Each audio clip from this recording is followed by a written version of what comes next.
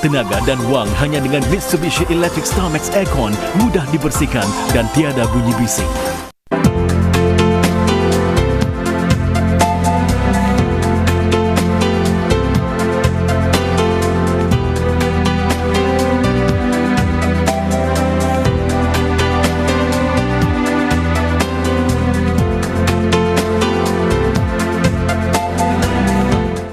Duduk di rumah dan berhibur dengan saluran filem Melayu terkini di Astro Citra hanya di Sintel TV. Dapatkan filem-filem Melayu blockbuster yang terkini dan menarik untuk anda nikmati bila-bila masa secara on demand. Untuk langgani Astro Citra hanya di Sintel TV. Dial 1609 atau layari sintel.com/Citra sekarang. Ikuti siaran nasional oleh Perdana Menteri Lee Hsien Loong menangani COVID-19, krisis generasi kita, esok 8.30 malam di Suria. Pemerintah akan memperkenalkan langkah-langkah pengurusan selamat supaya para pekerja dapat kembali bekerja secara berperingkat. Dalam fasa 1 pasca pemutus rantaian jangkitan mulai 2 Jun, kebanyakan kemudahan perkilangan dan pengeluaran serta pejabat-pejabat akan dibuka semula. Para pekerja yang boleh bekerja dari rumah harus terus berbuat demikian. Para pekerja yang perlu masuk ke tempat kerja harus betul-betul mematuhi langkah-langkah pengurusan selamat. Ini termasuk waktu kerja yang berbeza-beza untuk mengurangkan perjalanan ulang-alik ke tempat kerja semasa waktu sibuk. Melaksanakan aturan kerja mengikut shift atau pasukan yang berasingan.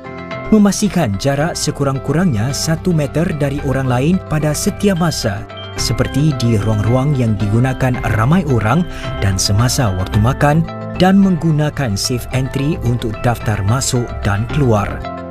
Dalam fasa 1, kebanyakan kedai runcit akan terus ditutup dan untuk makan di tempat-tempat makanan dan minuman F&B juga masih tidak dibenarkan. Khidmat-khidmat tertentu seperti penyelenggaraan alat hawa dingin dan penjagaan asas haiwan peliharaan, semua khidmat mendandan rambut dan semua perniagaan di rumah yang beroperasi menggunakan model penghantaran atau pengambilan akan dibenarkan. Kita harus meneruskan amalan-amalan baik yang lain untuk memastikan Singapura selamat dari COVID-19. Duduk di rumah seberapa boleh dan pakai pelitup apabila keluar. Amalkan jarak selamat dan kebersihan diri yang baik. Gunakan safe entry di mana-mana ia dilaksanakan. Apabila menaiki pengangkutan awam, elakkan daripada berbual dengan penumpang lain atau membuat panggilan menggunakan telefon bimbit. Bantu kami melindungi anda. Apabila keadaan terus terkawal, kita boleh memulakan semula lebih banyak aktiviti secara berperingkat. Dapatkan maklumat daripada sumber-sumber rasmi dan jangan sebarkan kabar angin. Daftar bagi khidmat WhatsApp gov.sg dalam bahasa Melayu untuk maklumat terkini tentang COVID-19.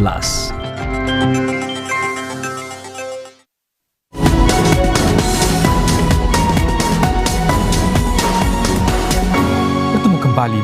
Pertubuhan Kesihatan Sedunia WHO telah mengubah nasihatnya mengenai penggunaan pelitup. Yang kini menyarankan agar semua orang pakai pelitup apabila berada di tempat-tempat awam bagi mengurangkan penularan virus COVID-19. Agensi Kesihatan Dunia itu sebelum ini bertegas menyatakan bahawa pelitup hanya perlu dipakai oleh pesakit COVID-19 atau penjaganya. WHO advises that governments should encourage the general public to wear masks where there is widespread transmission and physical distancing is difficult. WHO menjelaskan saranannya itu adalah bagi orang ramai memakai pelitup kain. Kajiannya menunjukkan jika pelitup itu dipakai dengan betul, ia boleh menjadi penghadang penyebaran titisan air tubuh yang mungkin menyebabkan jangkitan penyakit. Sungguh pun begitu, WHO menegaskan bahawa memakai pelitup sahaja tidak cukup untuk melindungi diri daripada jangkitan virus COVID-19. Langkah-langkah lain masih perlu diamalkan, termasuk membasuh tangan dengan kerap dan menjaga jarak selamat. Indonesia hari ini melaporkan 993 kes baru COVID-19. Ia merupakan kenaikan tertinggi jumlah harian kes penyakit itu di Indonesia, menjadikan jumlah keseluruhannya lebih 30,500. Pihak berkuasa juga menyatakan 31 lagi pesakitnya meninggal dunia. Hampir 10,000 orang pesakitnya pula sudah sembuh. Mengenai penularan COVID-19 di negara ini, Kementerian Kesihatan MOH melaporkan 344 kes baru sehingga tengah hari tadi. Dalam laporan awalnya, MOH menyatakan 7 adalah kes jangkitan dalam masyarakat, manakala yang lainnya pemegang permit kerja yang tinggal di dormitori.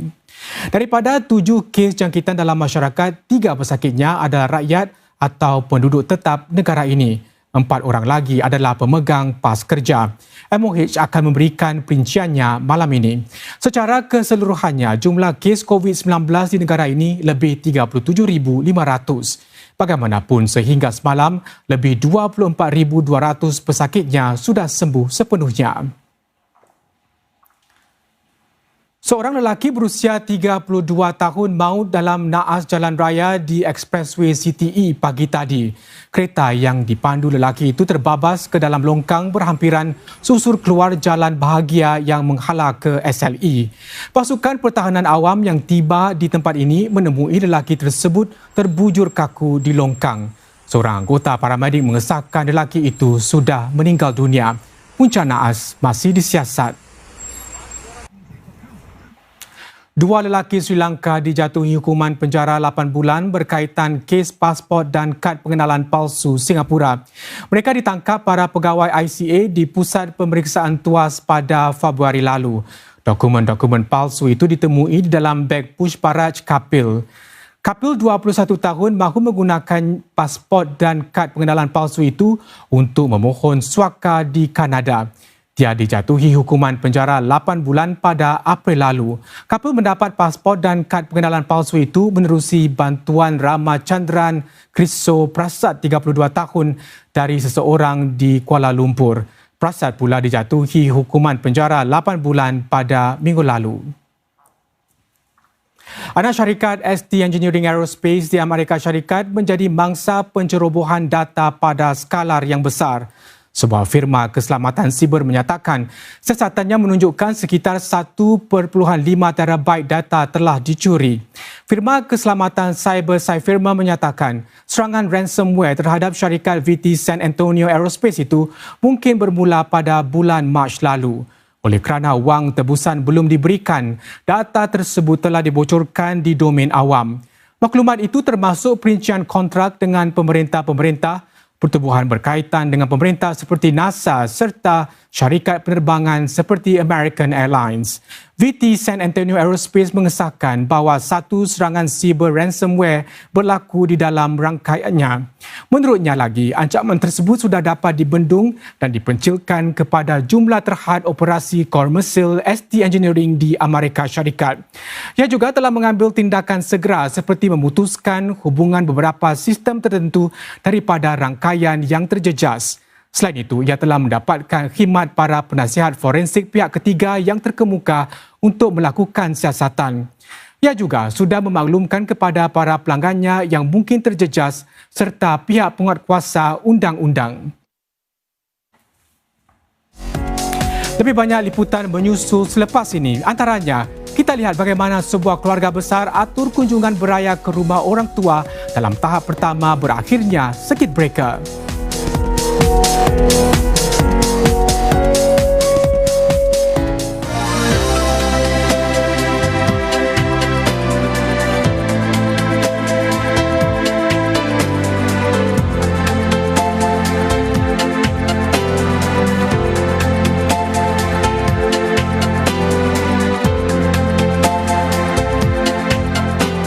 Laporan cuaca dibawakan oleh Mitsubishi Electric. Kehidupan yang kita ketahui selama ini tiba-tiba berubah. Barulah kita sadari perkara yang dianggap remeh sebenarnya amat penting dan berharga. Kita lihat betapa jelas jerih payah dan kasih sayang ibu yang tiada batasan. Menimba ilmu tidak mengira tempat